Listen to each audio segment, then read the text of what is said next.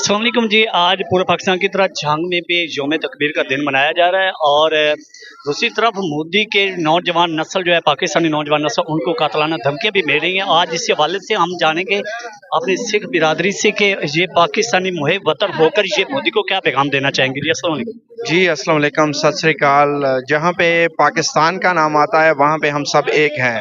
पाकिस्तान को आज के दिन अल्लाह ताला ने एक बहुत बड़ी ताकत से नवाजा है और पाकिस्तान के साइंसदानों ने, डॉक्टर कदीर खान साहब और जितने भी उनके साथ उस वक्त के शुरका थे, उनकी काविशों से पाकिस्तान आज एक बहुत बड़ी ताकत बना है, जिसका आज हम यौम तशक्कर भी मना रहे हैं। अल्लाह ताला का लाख शुक्र गुजार हैं कि अल्लाह ताला ने हमें यह दिन नसीब किया। पाकिस्तान जिंदाबाद। कल मोदी ने कहा है कि नौजवान नस्ल अपनी रोजी रोटी कमाए, नहीं तो मेरी गोली तैयार है।